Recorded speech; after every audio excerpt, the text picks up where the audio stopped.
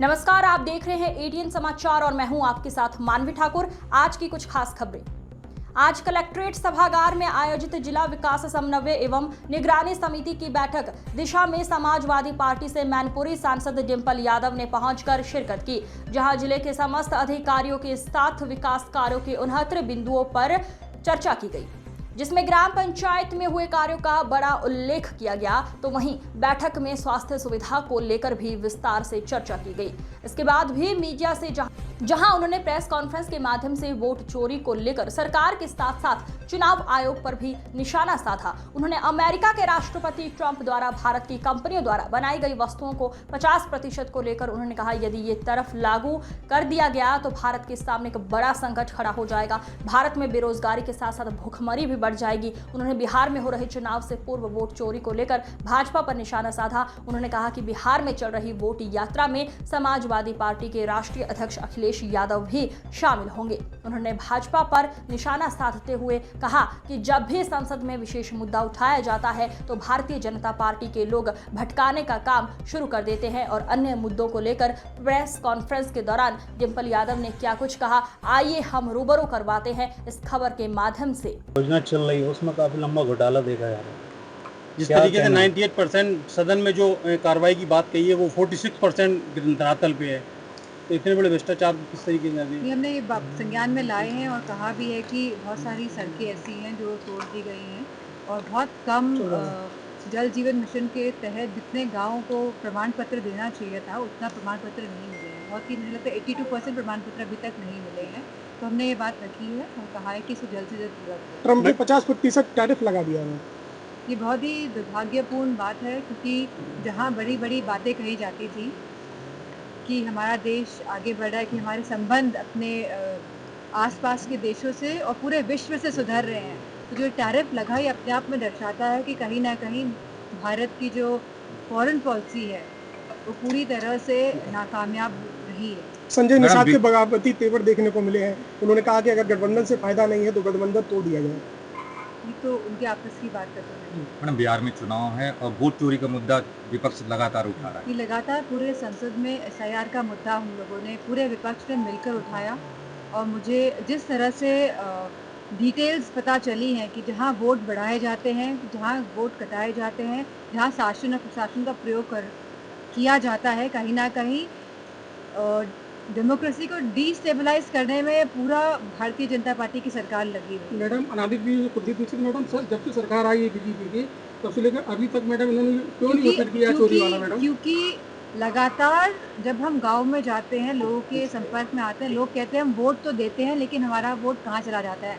हम चाहते हैं तो आप लोग आए सरकार में, लेकिन वोट देते हैं लेकिन वोट कहाँ चला जाता है। तो अब पूरी पारदर्शिता से ये समझ आ रहा है कि भारतीय जनता पार्टी हर हथकंडे अपनाती है और सभी इंस्टीट्यूशंस का प्रयोग करके कहीं ना कहीं वो हमारे संविधान और हमारे डेमोक्रेसी जो प्रजातंत्र है उसको तहस नहस करने में लगी। वोट अधिकार यात्रा निकली थी, उसमें क्या राष्ट्रीय अध्यक्ष जी शामिल होंगे वोट अधिकार यात्रा में? जी, बिहार में जो यात्रा है उसमें 30 तारीख को प्रोग्राम है। संबल घटना को लेकर के न्यायिक कमेटी का गठन कर दिया गया है काफी समय बाद। न्यायिक कमेटी संबल की घटना को लेकर न्याय आयोग की संबल घटना की रिपोर्ट आई है, उसमें मुख्यमंत्री को उसमें कहा गया कि ये घटना पूर्व नियोजित षड्यंत्र था। अब न्याय आयोग की टीम गठित कर दी गई है। इसमें लगातार देखने को मिल रहा है जब भी कोई बहुत ही विशेष मुद्दा होता है तो उस मुद्दे से भटकाने के लिए भारतीय जनता पार्टी के लोग या उनका गुट कोई ना कोई इस तरह की प्रकरण करता है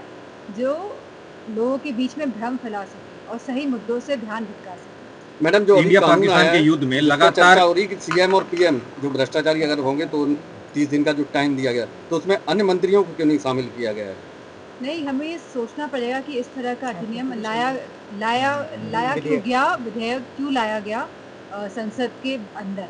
ये इसीलिए लाया गया, कहीं ना कहीं सरकार नहीं चाहती कि डेमोक्रेसी रहे, क्योंकि अगर आप चीफ मिनिस्टर को ही भेज देंगे जेल में और वो भी कोई पुष्टि नहीं है, और खुद जहाँ हमारे जो चीफ मिनिस्टर साहब हैं उन्होंने अपने आते ही अपने ऊपर के मामले हटाए कि नहीं हटाए। मैडम, बहुत महत्वपूर्ण का सवाल है। 54 दिन से हमारे विधि के प्रहरी हैं वो सड़क पे है। डीएम अपने जो घमंड में इतने चूर हैं कि विधि विरुद्ध ही खड़े हुए हैं। आपने एक पत्राचार भी किया था, पत्र भी लिखा आरोप आरोप के को बहाल लेकर के के लिए पत्र जारी एक किया। मिनट मैम, उसमें इन्होंने एक जवाब भी दिया है कि जो विधि के प्रहरी हैं वो विधि विरुद्ध हैं।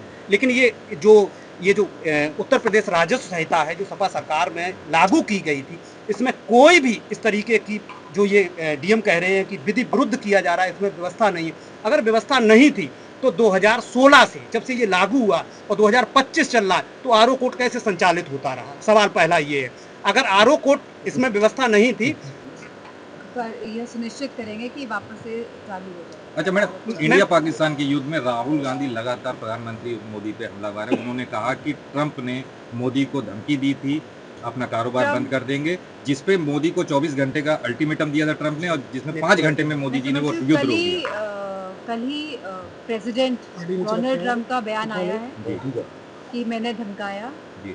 कि मैंने कहा कि 24 घंटे में आप युद्ध विराम कीजिए और युद्ध विराम 5 घंटे में भी। या तो भारतीय जनता पार्टी के लोग डोनाल्ड ट्रंप जी जो प्रेसिडेंट ऑफ यूएस है उसका खंडन करें उनकी बात का, और जब खंडन नहीं कर रहे तो मतलब ये बात सच है, अच्छा ये स्वीकार रहे हैं इस बात को। आम अपने आप में आदमी दर्शाता है। दोनों ही देशों के लिए बोला था, आम इंडिया आदमी पाकिस्तान पार्टी के दोनों के राष्ट्रीय लिए सेवक अरविंद कि 24 केजरीवाल घंटे ने का। कहा है कि अमेरिका ने 50% टैरिफ लगाया तो भारत को भी 100% टैरिफ अमेरिका पे लगाना चाहिए। ये बहुत ही सोचने वाली बात है, क्योंकि कहीं ना कहीं इसका जो इफेक्ट है वो पूरे देश में नज़र आएगा, जहाँ बेरोजगारी बढ़ेगी, जहाँ हैंडीक्राफ्ट्स में है, और अलग 50% बहुत मायने रखता है देश के लिए, और ये दर्शाता है कि भारतीय जनता पार्टी की सरकार पूरी तरह से मैडम अभी कुछ ही देर टेक्सटाइल्स में भी है, ब्रास के वर्क में है, हैंडीक्राफ्ट्स में है, कार्पेट्स में है आपके, और बहुत सारी चीज़ों में उन्होंने टैरिफ बढ़ाया है। मैडम अभी पार्लियामेंट खत्म हुआ है और अभी एक चीज पहली बार इतिहास में देखा गया है कि संसद में वोट चोर गद्दी छोड़ प्रधानमंत्री के लिए बोला गया। क्या लगता है, कितना आपको उचित लगता है एक प्रधानमंत्री के लिए इस तरह की घोषणा? मैं समझती हूँ, क्योंकि हम चाहते थे और लगातार सभी सांसदों की ये डिमांड थी कि एसआईआर पर चर्चा हो, कि जहाँ लगभग 80 लाख लोगों को सूची से हटाया गया है वोट डालने की, जो सूची लाए हैं यहाँ पे 80 लाख लोगों को घटाया गया है, तो कहीं ना कहीं सांसदों में भी आक्रोश था कि आखिरकार ये क्यों हो रहा है, और क्यों ये सरकार नहीं चाहती है कि संसद में चर्चा हो। और कहीं ना कहीं जिस तरह कुंदरकी में हमने देखा है कि किस तरह का पूरा शासन प्रशासन का व्यवहार रहा है, इलेक्शन कमीशन को जहां लगातार हम लोग संपर्क करते हैं कि इस तरह की वोट चोरी हो रही है, कि वोट चोरी में सेंध लग रही है, लेकिन इलेक्शन कमीशन आंख मूंद के कोई जवाब नहीं देता है, तो कहीं ना कहीं सांसदों का गुस्सा है, और मैं समझती हूँ सही है। मैडम बिहार में राहुल गांधी को भी एक केवल रैली में- डीएम को सस्पेंड कर दे आयोग, मैं संतुष्ट हूँ। क्या कारण है ऐसा कि अभी तक कोई कार्रवाई आयोग नहीं कर रहा है? ये हम शुरू से कह रहे हैं कि आयोग सरकार के साथ मिला हुआ है, और सरकार के इशारों में ही आयोग काम कर रहा है। महंगाई के साथ एसटी हसन ने कहा है कि बाहर के लोग अगर भारत में रह रहे हैं तो कौन सा बड़ा गुनाह हो गया, इनको संरक्षण दे देना चाहिए। कहीं ना कहीं लोगों का कहना है रोहिंग्या मुसलमानों को समर्थन देते अब हुए। बताइए, रह तो रहे हैं, अब बांग्लादेश से रह रही है ना।